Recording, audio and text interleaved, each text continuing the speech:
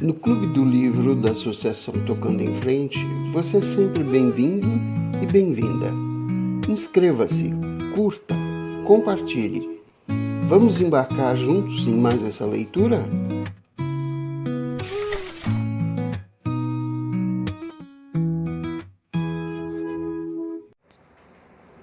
As Irmãs, capítulo 10, parte 2. Espere até vê-la antes de ficar animada, avisou Tammy. Devo ter visto 40 casas antes de encontrar a minha. Não vá acreditar no quanto as casas de certas pessoas são horríveis, nem nas condições em que estão dispostas a viver. O buraco negro de Calcutá era um palácio, comparado a algumas palhoças que vi. Tive muita sorte por encontrar a minha. Ela amava a sua casa. Fizera uma decoração bonita e a mantinha em condições imaculadas para si mesma e Juanita. Tinha muito mais espaço do que necessitava, uma vista adorável e lareiras em cada ambiente. Havia comprado belas antiguidades e peças de arte maravilhosas, e embora não estivesse completa, era um prazer voltar para casa à noite, mesmo que sozinha. Como Candy,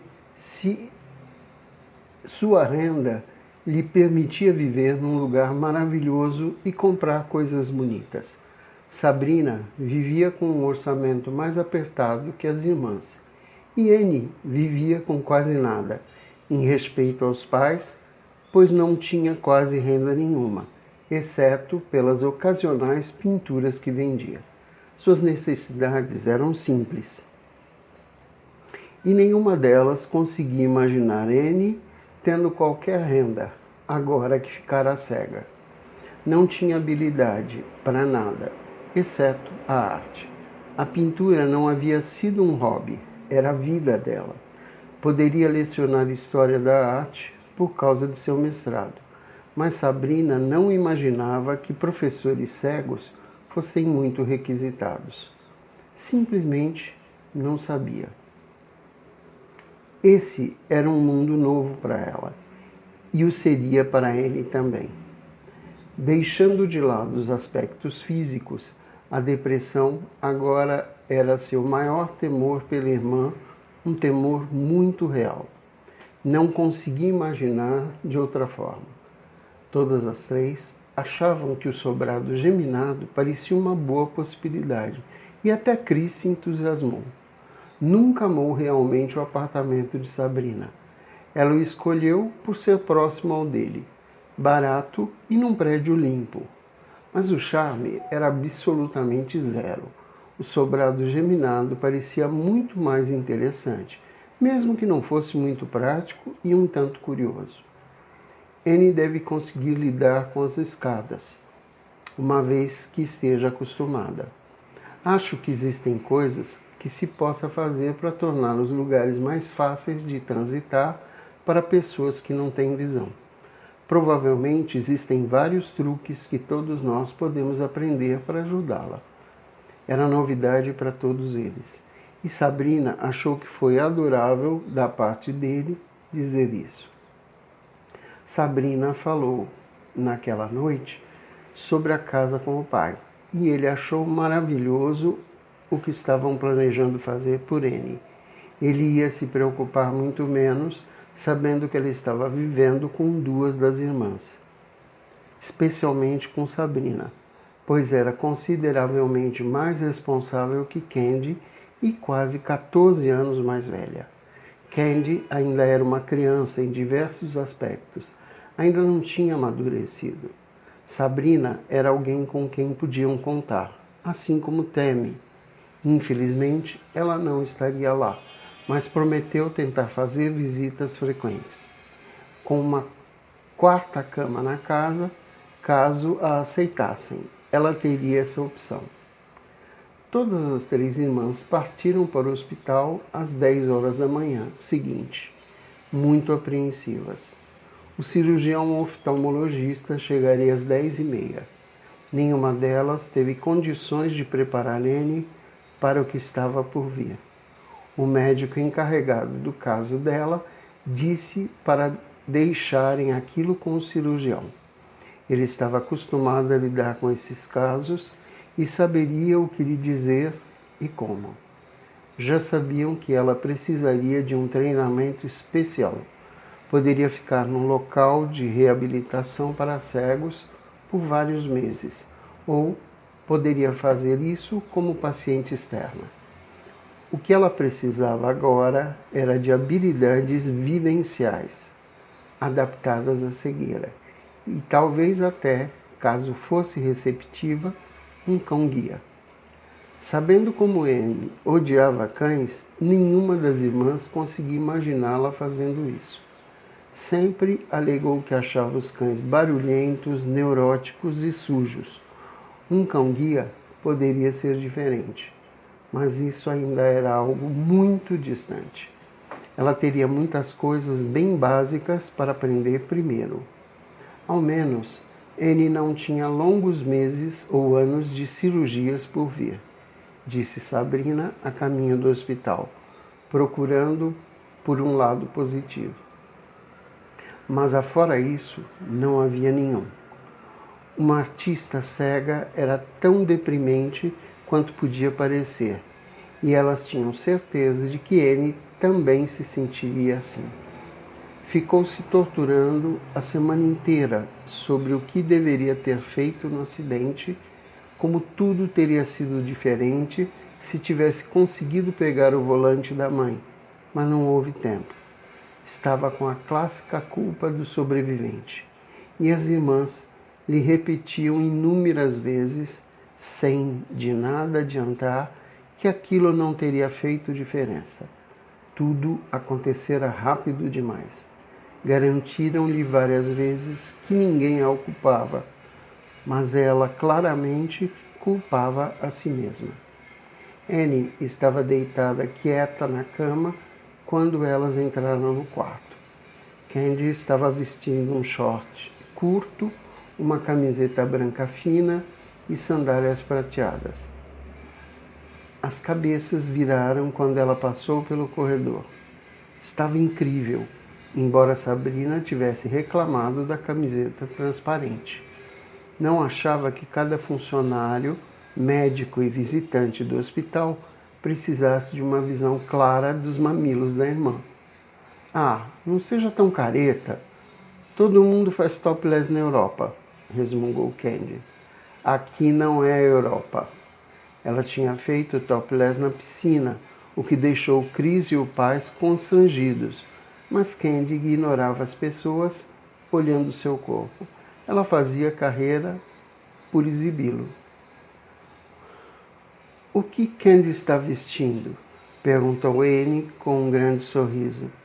Pôde ouvi-las reclamando entre si enquanto entravam. E Tammy tinha dado sua opinião, dizendo que se tivesse pagado tanto pelos seios quanto Candy, estaria vendendo ingressos e fazendo exibições para amortizar o investimento. Não está vestindo muita coisa, reclamou Sabrina. O que está vestindo é transparente, disse enquanto Anne ria. Ela pode passar impune por isso, comentou Anne. Como vai? Perguntou Tammy quando todas se reuniram ao redor da cama, esperando pelo médico. Bem, eu acho. Mal posso esperar para tirar essas ataduras. O esparadrapo coça e estou cansada de ficar sentada no escuro. Quero ver vocês, disse, sorrindo, sem que as irmãs dissessem nada. Sabrina lhe entregou um copo de suco com um canudo e a ajudou a levá-lo aos lábios. Como vai o papai?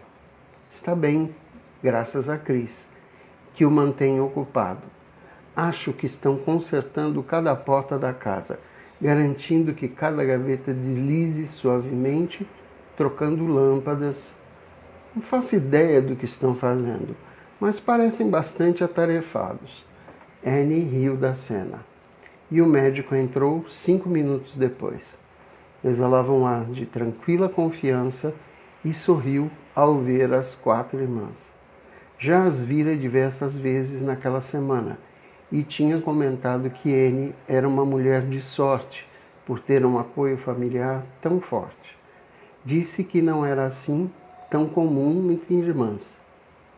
E percebia agora que estava enfrentando as 4, não uma só, naquele momento doloroso.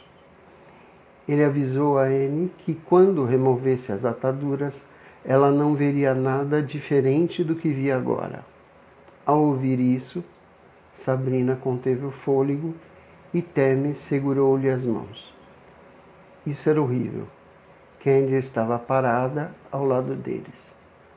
Por que não vou ver nada diferente? Perguntou Anne, franzindo a testa.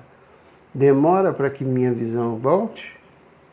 Vamos tentar, disse ele com calma, começando a retirar as ataduras que ela usava durante a última semana. Anne perguntou então se havia pontos para serem tirados, e o oftalmologista respondeu que não. Os pontos eram absorvíveis e internos. Muitos dos cortes no rosto dela tinham começado a cicatrizar também. Só o talho na testa provavelmente deixaria cicatriz, mas se ela quisesse, poderia cobri-la com uma franja ou fazer plástica mais tarde. Candy vinha aplicando óleo de vitamina E no rosto da irmã durante toda a semana. Uma vez que as ataduras de gaze foram removidas, a única coisa que sobrou foram 2 curativos redondos que cobriam os olhos. O médico olhou para as irmãs de Anne, depois voltou a se concentrar nela. Vou tirar os curativos dos olhos agora. Anne disse com cautela. Quero que feche os olhos. Pode fazer isso para mim? Sim, respondeu ela num sussurro. Tinha o pressentimento de que algo estava acontecendo, de que havia algo errado. Não sabia o que era, mas a tensão no quarto era palpável e ela não estava gostando disso. Ele tirou os curativos e Anne havia obedecido e fechado os olhos. Ele protegeu os olhos dela com as mãos e depois pediu a Sabrina que fechasse as persianas. Mesmo em sua cegueira, a luz do sol podia ser um choque. Sabrina o atendeu. Depois elas aguardaram quando o médico pediu que Anne abrisse os olhos. Houve um momento aterrorizante de silêncio no quarto e Sabrina esperou que a irmã gritasse, mas ela não o fez. Na verdade, parecia confusa e um tanto assustada, mas o médico havia lhe alertado. O que vê, Anne? Perguntou ele. Vê a luz? Um pouco. Com um acinzentado bem claro, disse, sendo específica. Meio que um cinza claro, preto nas margens. Não consigo ver mais nada. Ele assentiu e lágrimas escorreram silenciosas, primeiro pelas bochechas de Temi, depois nas de Sabrina. Candy saiu do quarto na ponta dos pés. Não conseguia suportar. Era doloroso demais de se assistir. Anne ouviu o som da porta se fechando devagarinho, mas não perguntou quem era. Estava se concentrando no que via e não via. Não consigo ver nada. Só essa luz cinza clara no meio do meu campo de visão. O médico, então, manteve a mão diante do rosto dela, com os dedos afastados. O que vê agora? Nada. O que está fazendo? Estou com a mão erguida diante dos seus olhos. Ele sinalizou para Sabrina abrir as persianas novamente, o que ela fez. E agora? A luz está mais forte? Um pouco. O cinza está um pouco mais claro, mas ainda não vejo sua mão. Ela parecia ofegante e estava começando a ficar muito assustada. Quanto tempo vai demorar para que eu enxergue novamente outra vez? Me refiro a tudo, como formas, rosto e cores. Era uma pergunta dolorosamente direta e ele foi honesto com ela. Annie, às vezes acontecem coisas que não podem ser reparadas. Fazemos tudo o que é possível para repará-las, mas uma vez que se rompeu ou que as conexões são cortadas, não podemos reconectá-las, não importa o quanto tentemos. Um daqueles canos que a atingiu no acidente rompeu seus nervos ópticos e as veias que os alimentavam. Uma vez que isso acontece, é praticamente impossível reparar o dano. Acredito que verá luz e sombras com o tempo. Talvez até enxergue formas e contornos, e talvez até tenha uma impressão de cor, muito parecida com o que está acontecendo agora. A luz está bem forte nesse quarto. Este é o cinza perolado que você vê. Sem isso, o cinza seria mais escuro. Isso pode melhorar um pouquinho com o tempo, mas só muito pouco. Annie, sei que é difícil conceber isso agora, mas você tem muita sorte de estar viva. O dano poderia ter sido muito maior. Seu cérebro não sofreu sequelas permanentes devido ao acidente. Seus olhos, sim. Mas, Annie, você poderia ter perdido a vida. Era um discurso difícil de se fazer, mesmo para ele, que estava bem ciente de que ela era uma artista. Todos na família lhe disseram, mas isso não mudava o dano causado nos olhos dela. E não importava o quanto ele quisesse, não havia nada que pudesse fazer a respeito. Isso não tornava as coisas mais fáceis para Annie no momento. O que está me dizendo? Disse Annie, parecendo estar em pânico. Virou o rosto para onde achava que estavam as irmãs, mas não conseguiu ver nada. E até o cinza que tinha visto a princípio lhe parecia mais turvo agora, ao afastar o rosto da luz. O que quer dizer? Estou cega? Houve uma pausa infinitesimal antes que ele respondesse, enquanto as irmãs continuavam paradas ali, como se seus corações fossem se partir. Sim, Annie, está, murmurou o médico, que lhe segurou a mão. Ela puxou a mão para longe e começou a chorar. É sério? Estou cega. Não posso enxergar nada? Eu sou uma artista. Tenho que enxergar. Como vou pintar se não consigo ver? Como poderia atravessar a rua, ver uma amiga, preparar uma refeição, ou sequer encontrar a pasta de dente, ou evitar o trânsito? As irmãs dela estavam bem mais preocupadas com as questões mais básicas do que com sua arte. Eu tenho que enxergar, repetiu ela. Você não pode consertar? Ela estava soluçando feito criança. Então, Sabrina e Temi a tocaram para que soubesse que ainda estavam lá. Tentamos reparar, disse o cirurgião arrasado. Ficamos com você na sala de cirurgia por 5 horas, só trabalhando nos seus olhos. O dano foi muito severo. Os nervos ópticos foram destruídos. É um verdadeiro milagre que esteja viva. Às vezes, os milagres acontecem com um custo alto. Acho que este é um desses casos. Eu lamento muito. Há muitas coisas que pode fazer para ter uma vida boa. Trabalhos, viagens. Você pode levar uma vida inteiramente independente. Pessoas sem visão fazem coisas notáveis no mundo. Pessoas famosas, pessoas importantes, pessoas comuns como você e eu. Você só precisa ter uma abordagem diferente do que tinha antes. Ele sabia que suas palavras estavam chegando a ouvidos surdos. Era muito cedo, mas ele tinha que dizer alguma coisa que lhe desse esperança. E talvez ela se lembrasse disso mais tarde. Mas por enquanto, ela precisava absorver o choque de estar cega. Não quero ser uma pessoa sem visão, gritou ela. Quero meus olhos de volta. E quanto a um transplante? Posso ficar com os olhos de alguém? ela estava desesperada e pronta para vender a alma para recuperar a visão. O dano foi grande, disse ele com sinceridade. Não queria lhe dar falsas esperanças. Talvez enxergasse luzes e sombras um dia, mas nunca teria visão. Estava cega.